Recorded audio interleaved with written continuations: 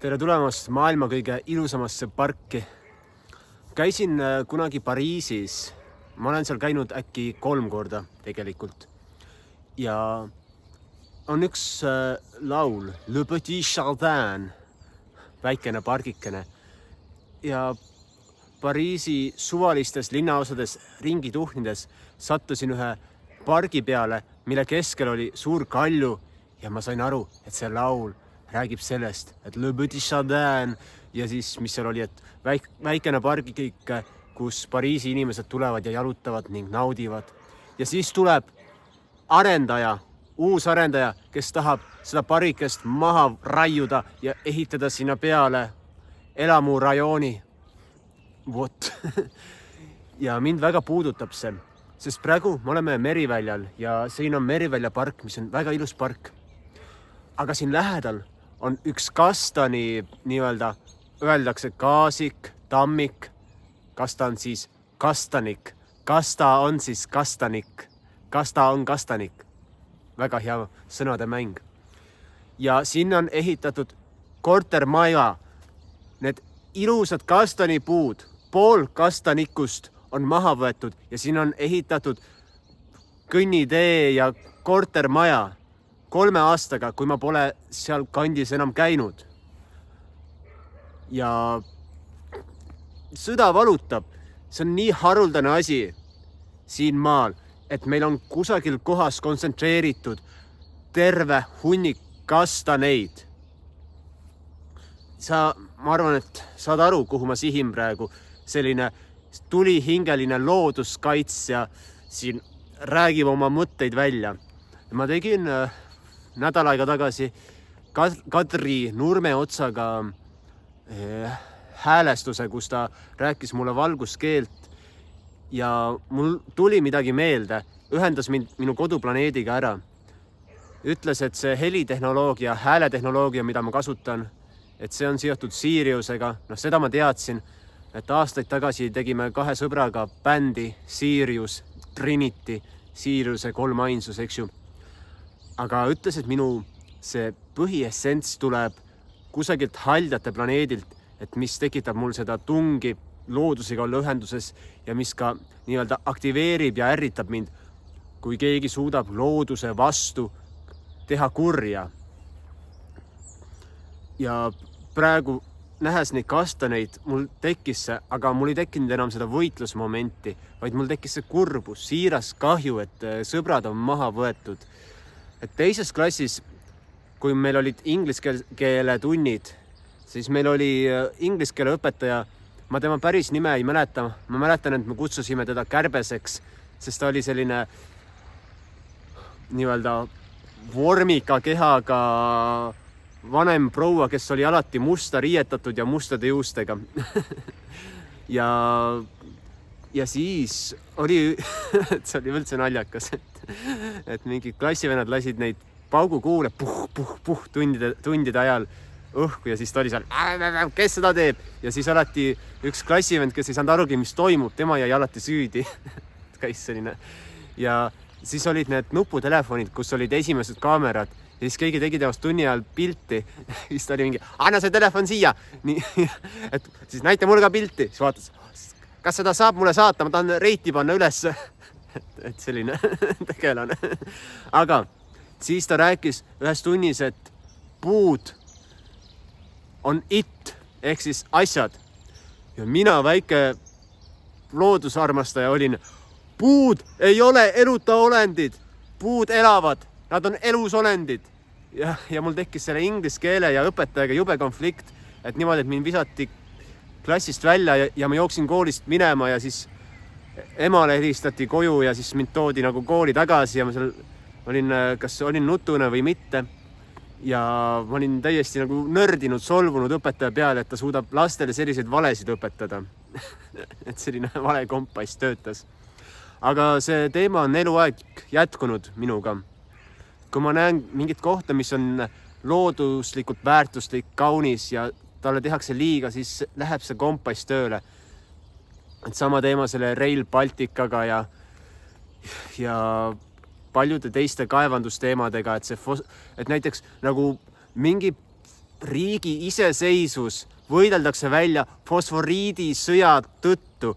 Öeldakse, et meie maal ei kaevandata ja siis meie kohalik minister, kes nüüd enam vist ei ole, eks ju, kes ta oli, et veel kuulsal rahvalauliku tütar, et nagu häbi hakkab ajama mingit fosforiidi asja ja siis need teised inimesed ajavad seda edasi, hakkavad ikka kaevandama. Mis siis, et selline nii-öelda laulurahvas, kes tegeleb vibratsioonidega, et nende nii-öelda kaunis tülliline põlv on ära reostatud kapitalismiga ja mitte kapitalismiga ise, vaid kapitalism mulle meeldib, aga röövkapitalismiga, et kus minnakse looduse kallale ja süüakse teda ära. Et nagu need Michalid ja Mihhailid ja et lihtsalt valus hakkab, nagu kurjus ise on seal. Ja siis okei, läheme võitlusesse või? Ei, pole mõtet. Mul pole mõtet raisata oma energiat, oma hingeenergiat, et minna nagu taguma neile sita ratastele aru pähe, eks ju. Et need on need emotsioonid, mis mul tulevad üles, kui ma kuulen, näen, mida nad tahavad teha, mida nad tahavad loodusega teha. Come on! Where is your common sense? Kus on sinu talupoja mõistus? No loomulikult, kui sa tuledki nagu mängid välja siin seda enne ammust programmi, et osa meist on talupojad ja teised on mõisnikud ja loomulikult mõisnikud siis lõpsavad talupoegasid tillist ja talupojad kannatavad, eks ju. Aga see on kõik see võitluse energia. Ma räägin hoopis midagi muud. Et praegu sa võid vaadata, et see Simo tahab niimoodi minu võitlema. Ei, mul on suva sellest, et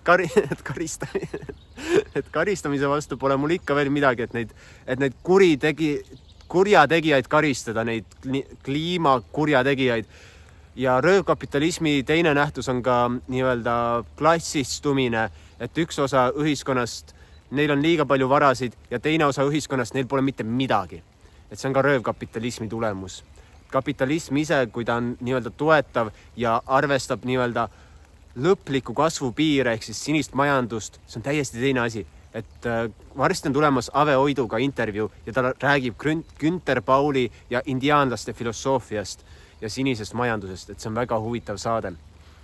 Aga nii, kusagil 6-8 aastat tagasi toimus Eestis metsasõda. Et inimesed hakkasid selle ühe hõbepaju ümber telkima ja protesteerima Väike-Õismäel liiklussõlme loomise vastu. Ja läbi selle toimus väga huvitavaid asju, et loodi näiteks organisatsioon Eesti Metsaabiks ja mina selle puhul hakkasin korraldama ühismeditatsioone Eesti metsa heaks. Ja see oli päris äge, et tegime mitu meditatsiooni et aasta vältel äkki, mille käigus päris palju inimesi osales, me suutsime muuta teatud nii-öelda sagedust ja asju. Aga lõpuks see asi vaibus ära, et nagu ikka iga liikumine ja ehitati ikkagi sinna see liiklussõlm. Aga see pole tähtis, et sinna ehitati see liiklussõlm, vaid pandi mingisugune ühiskondlik protsess käima. Ja praegu ja kui ma räägin sulle, ma näen, et seal sõidab üks lahe Land Rover Defender 90ndate mudel. Et see on maamehe auto, eks ju, mulle meeldivad nii-öelda diiselautod, maameeste autod, et Range Rover, minu nii-öelda lemmikasi. Ja igatahes, seda ütlebki see looduskaitsja, eks ju. Inimesed on mitmenähulised. Ja ma ütlen sulle seda ka, et kui sa toodad uusi autosid, see reostab loodust palju rohkem, kui sa teed vanu korda, eks ju. Et eriti need elektriautod, et kus sa neid mineraale akude jaoks võtad ja bla bla bla. Et see on äge jällegist. Et kõiksugune tehnoloogia on äge, aga lihtsalt ületarbimine. Vot seda tuleb vaadata, et ära osta uut, kui sa saad ägedat asja korda teha. Eriti kui see on asi, mis sulle meeldib, eks ju. Selline klassik. Aga nii, käis selline nii-öelda looduse sõda ja mina juba kohe eosest tundsin, et meil on vaja hoopis luua uusi nii-öelda võimalusi, uusi visioone, et mitte minna nii-öelda võitlema, vastanduma, et mind kutsuti ka sinna nii-öelda seda remmelgat kaitsma mitu korda. Ma ei läinud mitte kordagi sinna koha peale, sest ma ei tundnud, et see resoneerub minuga. et samamoodi käisin selle koroona ajal vaatamas sinna Vabaduse väljakule ja mujale, et vaatasin, et inimesed nii-öelda protesteerisid ja meie nõuame oma õigusid ja vabadusi ja bla, bla, bla. Et nojah, aga tegelikult meil on vaja ärganud ühiskonda, tervet hunnikut inimesi, kes koos loovad ühiskonda, mis harmoniseerib iseenesest läbi oma tegevuse kogu seda elukeskkonda. Ja harmoniseerimiseks on loomulikult vaja inimestel tunda turvatunnet ja praegu on tehtud väga huvitavat asja kogu ühiskonnaga, et hästi paljud inimesed elavad nii-öelda palgast palgani, ei suuda maksta omal kõiki asju ära ja et on loodud nii-öelda tehislik puudusteadus, puudusolek siia maale. Ja see pole nagu ainus koht, kuhu on seda loodud, et seda tehakse läbi Euroopa ja võib-olla ka läbi kogu maailma, eks ju. Et igas riigis omamoodi luuakse puudust praegu ja meie ülesanne on hoopis hakata seda asja nii-öelda häälestama peentasandil ümber. Et mida rohkem inimesi koos paneb oma seda jõudu taha, seda tugevam toimub ka nii-öelda muutus ja siis toimuvad ka nii-öelda loomulikult ümber tegemised materiaalses maailmas. Et näiteks 1000 inimest mediteerib korraga, siis see mõjutab 1 miljonit inimest. Kui me jõuame kriitiliste massideni teatud tegevustel, siis kogu see teadus muutub. Näiteks 15 aastat tagasi, kui ma hakkasin taimetoitlaseks, siis nagu mitte keegi ei teadnudki mitte midagi veganluse taimetoitluse kohta ja nüüd see on nagu loomulik osa ühiskonnast, et ma lähen kusagile suvalisse kohvikusse, palun üks cappuccino kaerapiimaga. Jaa, loomulikult. Noh, sellepärast, et on mingi nihe toimunud ja meil on vaja veel neid nihkeid teha erinevatel teemadel, et luua rahuväärset, armastavat ühiskonda, kus võetakse arvesse looduse huvid, inimeste huvid ja ehitatakse elu, mis on kestev, kannatlik, jah, ehk siis ta kannab, eks ju. Ja nii-öelda elu jaatav, sõbralik. Ja selle jaoks on vaja meil kõigepealt peentasandil ennast hakata häälestama ja ümber muundada sees olevaid emotsioone, tundmuseid, võib-olla ühenduda oma sellise nii-öelda päris ülesandega. Et selline naine nagu Irene Maandi, ta tegi aastaid, võib-olla ikka veel teeb nii-öelda kutseteste, ehk siis inimene läheb tema juurde, teeb sellise sürreaalse testi, tükk, valib mingid asjad, nädala pärast on tema nii-öelda kutsumus selge. Et mul oli näiteks stsenaristika, loovteraapia, Skandinaavia mütoloogia, ma räägingi Kalevalast ja tegelen helidega ja aga siis tal oli üks inimene käinud tegemas testi, et kellel tuli testis välja, et maavarade rikastamine, kaevandamine ja seesama inimene oligi saanud samal päeval pakkumised, kas sa sooviksid ühte kaevandust asutada. Ja kaevandusi saab ka asutada erineval moel, et kõik oleneb sellest nagu piirist, et palju sa võtad ja palju sa tagasi annad, et kõik need asjad tuleb selgeks teha. Et kui me võtame ainult nagu võtmise nimel, et siis tekivad probleemid. Ja mis ma tahan öelda, et igal inimesel on selline eriline anne, eriline oskus, mida ta saab siin maailmas teha, juurutada ja muuta seda maailma läbi oma ande. Et minu anne on, eks ju, tervendavad helid, soovid omale hingehäälestust minuga üks seanssi, siis vaata alt, kirjuta mulle, teeme seanssi. Soovid helirännakut, siis anna mulle märku, tulen teen.